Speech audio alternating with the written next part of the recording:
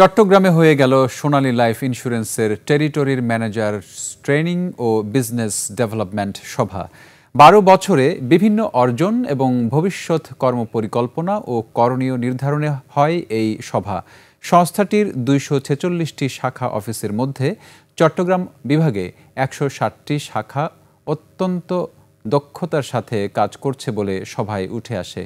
এর মধ্যে চট্টগ্রাম জেলায় আছে ৩৩টি শাখা, যার মাধ্যমে গ্রাহকদের দেয়া হচ্ছে নিরবচ্ছিন্ন সেবা।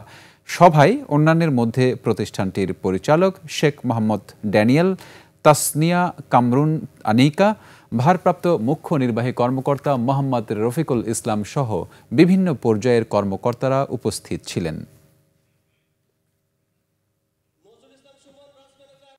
আমরা 7 দিনের মধ্যে বিমা দাবি দিয়ে থাকি সাধারণত, বাট এই ক্ষেত্রে চট্টগ্রামের ক্ষেত্রে আমাদের অ্যাভারেজ হচ্ছে 5 দিন। এটাকে আরও কীভাবে আরও কমানো যায় ডেথ ক্লেমের ক্ষেত্রে, এটা নিয়ে আমাদের আজকের মিটিংয়ের মেইন উদ্দেশ্য। এক যুক্তি পূর্তি উপলক্ষে আমরা একটা স্বস্তির নিঃশ্বাস ফেলতে পারি। একজন গ্রাহক কিন্তু আমাদের অফিসে আসতে হয় না তার যে কোনো ধরনের ক্লেমের জন্য, either maturity, part maturity, death claim ও স্বাস্থ্য ক্লেম, যেটাই হোক, আমরা কিন্তু ডট ডেটে দিয়েছি, যেটা আমাদের কমিটমেন্ট ছিল।